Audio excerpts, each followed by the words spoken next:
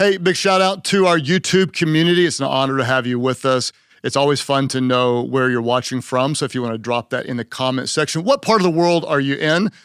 Today, we're in part 2 of a teaching on how to lead out of crisis. It's interesting, if your leadership plan today is similar to pre-crisis, you actually probably have a bad plan. And so we're going to talk about a new strategy. Hope this is helpful to you. As of the time of the recording of this episode, COVID cases are declining in many parts of the world, and I know it's not consistent everywhere. There's still a lot of chaos. But as the moment that we're recording this episode, we see things starting to settle. And as businesses are opening back up, as travel is growing around the world, as football stadiums have been filling, many leaders assume that we're kind of going back to business as usual. And I want to tell you that there's nothing usual about our economy. There's nothing usual about team morale. There's nothing usual about the global mood with all the chaos we have going on around the world. And there's nothing usual about our future. What you're doing as a leader is this. You are leading out of chaos. You're leading out of a time of division. You're leading out of a season where many people are afraid and many people have experienced extreme loss. And you're leading into the most rapid changing, uncertain, and unsettled world that most of us have seen in our lifetime. And this is really important that you realize that. The world is changing all around us. Therefore, your leadership has to change in how you approach leading in this season. And to the extent that you realize the fact that things are different, that will determine your capacity for effectiveness moving forward. And so we've talked a lot about leading in a crisis, but what I want to do is talk about leading out of a crisis. In fact, I did some research online to find out who else has written about this, and oddly enough, there is not much out there on leading out of a crisis. And the reason is, I think, because most of the time we're leading out of a short-term crisis. But for almost everybody alive today, this is the first time that any of us are leading out of a 2-year world-altering global crisis, and leading out of a season like we've been in takes a very intentional strategy in our leadership. And so I'm learning, and I want to share with you what I'm learning, and hopefully this is helpful to you. I'm calling it 6 keys to leading out of crisis, and I want to give you those 6. The first one is this. I want to encourage you in your leadership, number 1, to question everything and be willing to change anything. Number 1, question everything and be willing to change anything. And I want to say it again. If your leadership strategy is similar today to the way it was before the pandemic started, you probably have a very bad strategy because the world is very, very different. If you're leading now like you led before crisis, you're probably not going to lead very well. What we're going to do is we're going to question everything. And I want to encourage you, let the numbers speak to you. Know your numbers, study your numbers, look at your numbers, let the numbers speak. The numbers almost always tell the truth. For example, in our world, we start churches, we build leaders, we try to impact lives and change them spiritually by creating great churches that allow the work of God to work in people's lives. And so we had a strategy of starting new churches, and we were on pace to start 7 in this year. Here's what we're doing. We're looking at the numbers, and here's what I know. I know that a new church building cost about 50% more than it cost before. I know it takes about 50% longer to build that building. I know that as I look around the world, that most people that are starting churches are actually starting smaller today than they were in the past because people in many places are still not as comfortable gathering together. So what I know is costs are going up, time to build is going up, and in many places, the return on investment is going down, and that makes me pause and question everything. What about this strategy do we still like? What needs to change? Let the numbers speak to you in your leadership because we're in a very different world. Question everything and ask yourself, what do we need to change? Do we need to change our structure? Do we change our strategy? Do we change our systems? We're going to ask our team. We're going to ask, how has your core business changed? Not has your core business changed, but how has it changed? Because in almost every case, in almost every example, it is changing. And I want to encourage you, question everything, be willing to change anything. The second thing we're going to do to lead out of crisis is, as a leader, I want to encourage you to listen more and talk less. Listen more and talk less. And this is going to be very difficult for many leaders because you like to talk a lot. And the reality is, as leaders, we tend to think that everyone always wants to hear from us, and it is important that they hear from us. But in this season, it's equally important and maybe even more important that you hear from your team, especially with what's all going on in the world right now, because your culture, your organizational climate, your team morale, your competition, the broader market, all these things and so many more, they're probably considerably different today than you think that they are. And here's what I'm guessing. This may not be true everywhere, but I'm guessing for most of you in your organizations, with your volunteers, in your team, that you've got pockets of your team that are healthy, that are performing well. But you've got pockets that they may be bleeding out. You've got teams that are in disarray. You may have some departments that are making a really, really big difference. They're profitable, or they're making ministry progress. You've got others that are losing money, or they're not making any kind of progress. And what I need to tell you is this: in your leadership, there is no one-size-fits-all approach in this season that will work. And let me say that again. You can't look at your whole organization and say, here's the one strategy, because you've got some things that are working, some things that are not, some team members that are healthy, others that are in trouble. There is no one-size-fits-all approach that will work in most organizations today. I'll give you an example in our context. We have about 30% or so of our staff, they work at a central location that serves our 40-plus church locations. So we've got about 30% of our staff there. About 70% of them are spread at 40 locations over 12 or 13 states. Those that are at central, here's what I know about them. They haven't faced the hard battles that take place at the campuses when people have come in with all sorts of different opinions. They haven't faced those battles, but they also haven't felt the wins of seeing the life change up close. And so they have one mindset. At our Life.Church locations, they've been in the middle of the action and they've seen the lives changed, but they've also been enduring a different type of battle, and many of them are exhausted. So what do we have? We have very different situations with very different people. There is no one-size-fits-all approach to leadership. And that's why, as a leader, I need to listen more. I need to talk less. I need to be a student of what's going on in all of our different departments. And I'm going to encourage you to ask 3 questions. You're going to be wise to ask, first of all, how are you? Get into your team members' worlds and listen.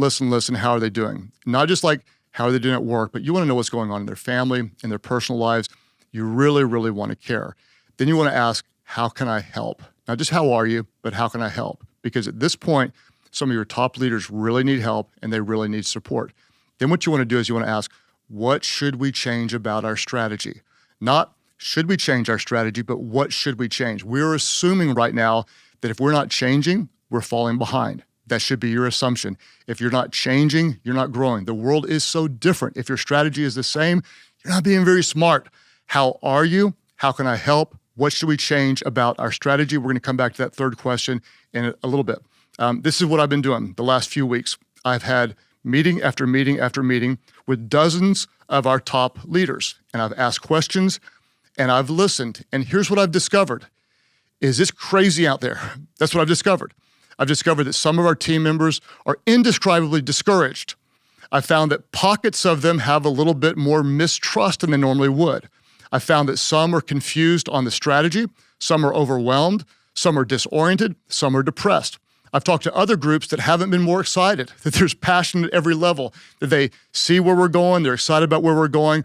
What I know is that things are very, very, very different. And so one strategy isn't going to work everywhere. And what I promise you is when you get down into your team, you're probably going to learn a lot more variety of things going on than you probably earlier anticipated. Why is this the case? Because what happens in your team members when they're away from the office, it really impacts what they do at the office. What's going on outside in their lives, it's been so chaotic, so crazy. You want to understand what's going on in their world so you can minister to them, encourage them, help equip them. Many of them right now, they have family tension. Inflation may be outpacing their income. A lot of them want to buy a home, but they can't find a home. They feel more unsettled in their personal life. Therefore, they feel more unsettled in their work. You want to talk less. You want to listen more. You want to question everything. You want to be willing to change anything. And number 3, so important, you want to help your hurting team members heal. You want to help your hurting team members heal, because right now you've got some world-class players that if you don't pay attention to discover, they're actually hurting and they need your help. Remember, most of your team, they experienced a very similar pain and pressure that you did. They've experienced loss. And this is so important to them that you know what they've experienced. They need to know that you understand the price that they've paid, because honestly, you're not the only one who worked your brains out.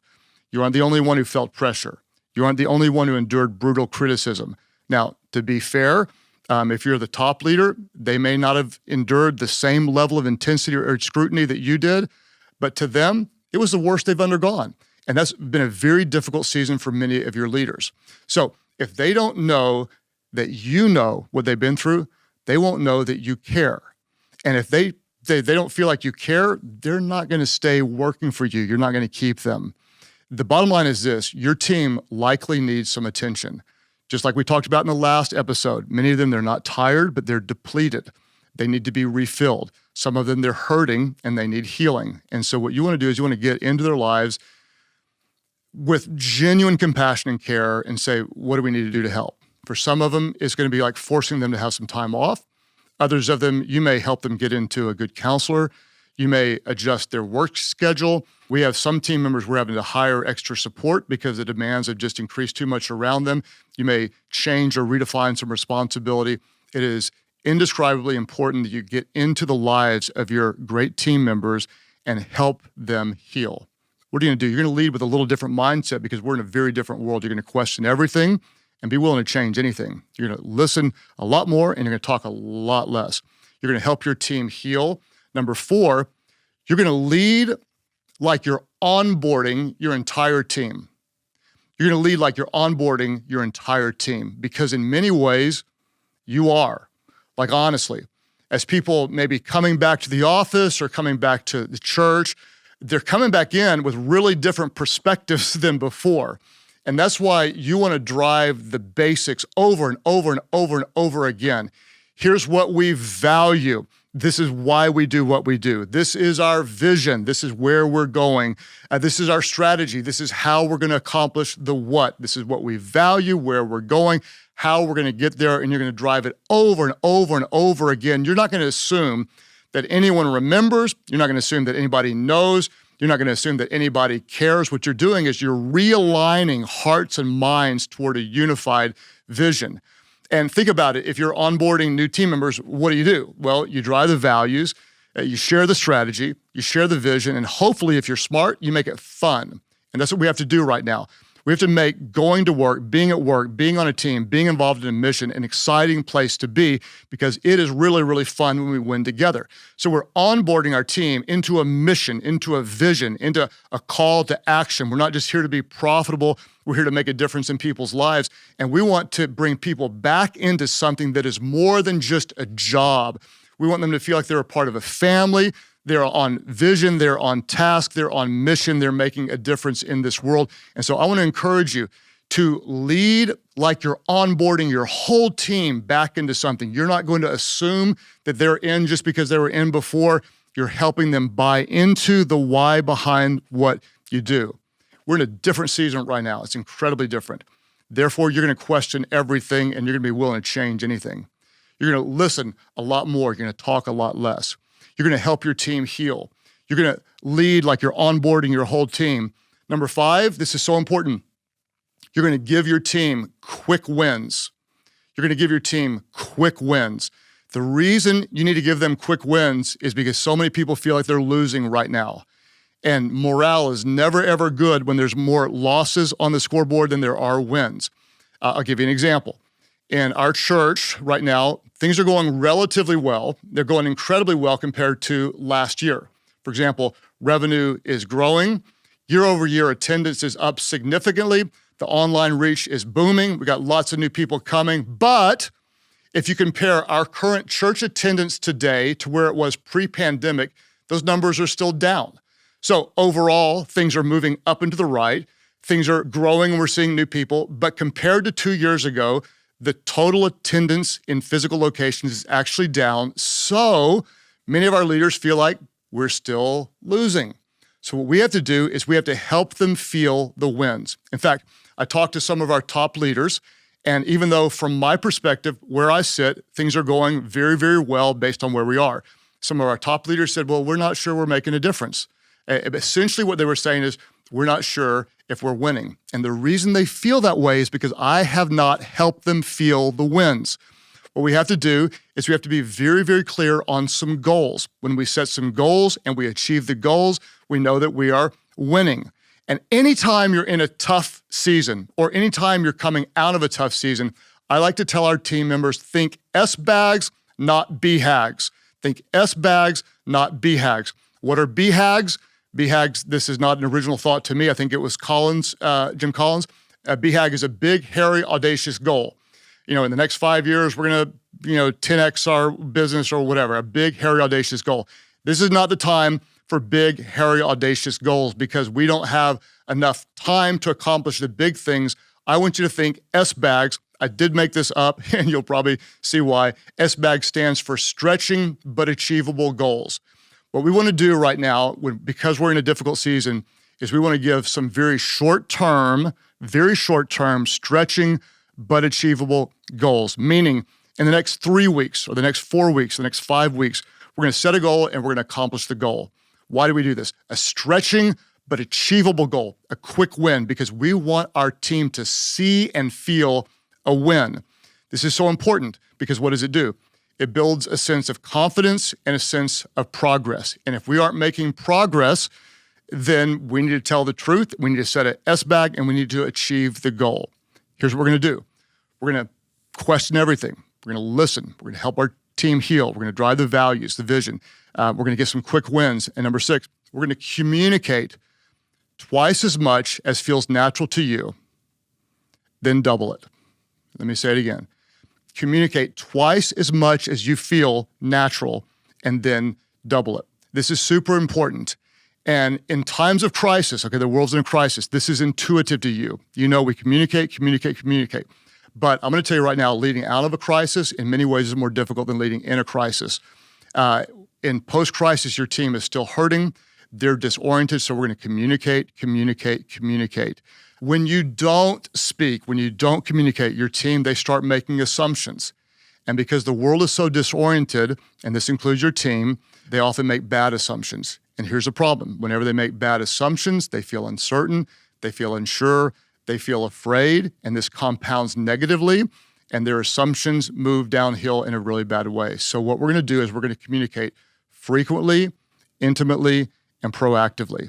We're going to communicate frequently, intimately, and proactively. Frequently, we're going to communicate more than feels natural, and then we're going to double it. When you make a mistake, communicate. Make a mistake over-communicating, not under-communicating. Your team needs to hear from you. Here's where we're going. Here's where we're winning. Here's where we're struggling. Tell the truth. The truth told well is better than people wondering and not even knowing. Communicate frequently. Then communicate intimately. Get open. Be honest. Be transparent. I took some time in front of our top leaders and I apologized recently, and I told them, I am sorry I haven't been leading well. And the reason I wasn't leading well is because I was leading with a pre-crisis mindset. I wasn't leading out of a crisis. And that kind of intimacy, that kind of honesty, that kind of transparency, it's a unifying, a bonding, and a trust-building moment. Communicate intimately. And then communicate proactively. Get ahead of what's coming. Tell them what you're going to tell them what you want to tell them, and then tell them what you told them. And let me say this again, this is good communication. You tell them, this is what I'm going to tell you. And then you tell them what you want to tell them. And then you tell them what you told them. This is what I do in the podcast often. I tell you, here's what I'm going to tell you. And I tell you, and I say it again, what we're doing is we're driving communication deep. And when you're communicating with your team, language matters so much. You want to define some language that's very specific to creating the right culture and motivation. For example, in our church world, most of my peers are saying, we're going to build back the church. We're rebuilding the church. I have told our team, we're not rebuilding anything. Rebuilding means you're going back to what was, and we can't go back to what was. If we're rebuilding, that means we're always losing until we get back there. And I don't want to lead a losing organization. So we're not rebuilding, we are building. Building builds my faith. Building is something we can do. We're not trying to go back to where we were. Create language that creates the emotion that drives your team in the right way. Your leadership always matters. And what I want to tell you is it matters more right now than you could ever imagine. And that's why you don't manage your way out of a crisis. You lead your way out of a crisis. And you are uniquely positioned to do just that. You're not just leading in a crisis. That's intuitive. You tend to know what to do. But leading out of it, it may be more difficult. And that's why you want to be on your game, in the zone, being intentional with a very different and unique strategy. No one size fits all, but getting in, being a student, studying the organization, pivoting, and coming out with clear, compelling vision and strategy to make a difference in this world. Now, my goal is to bring you good content that helps you grow in your leadership. The favor you can do to me is rate it, review it, share it, invite others to be a part, share on social media. We have a great lineup of interviews coming that I believe could be very helpful to you. Click the button to download the leader guide. You can get that at Life.Church/leadership podcast. And I want to just encourage you and tell you that you have what it takes. You are where you are because you are the one that is supposed to lead. Step into it with confidence. You don't have to know it all. Just show up with confidence, knowing that you have what it takes to do what you're created to do and keep developing and growing in your leadership, because we know that everyone wins when the leader gets better.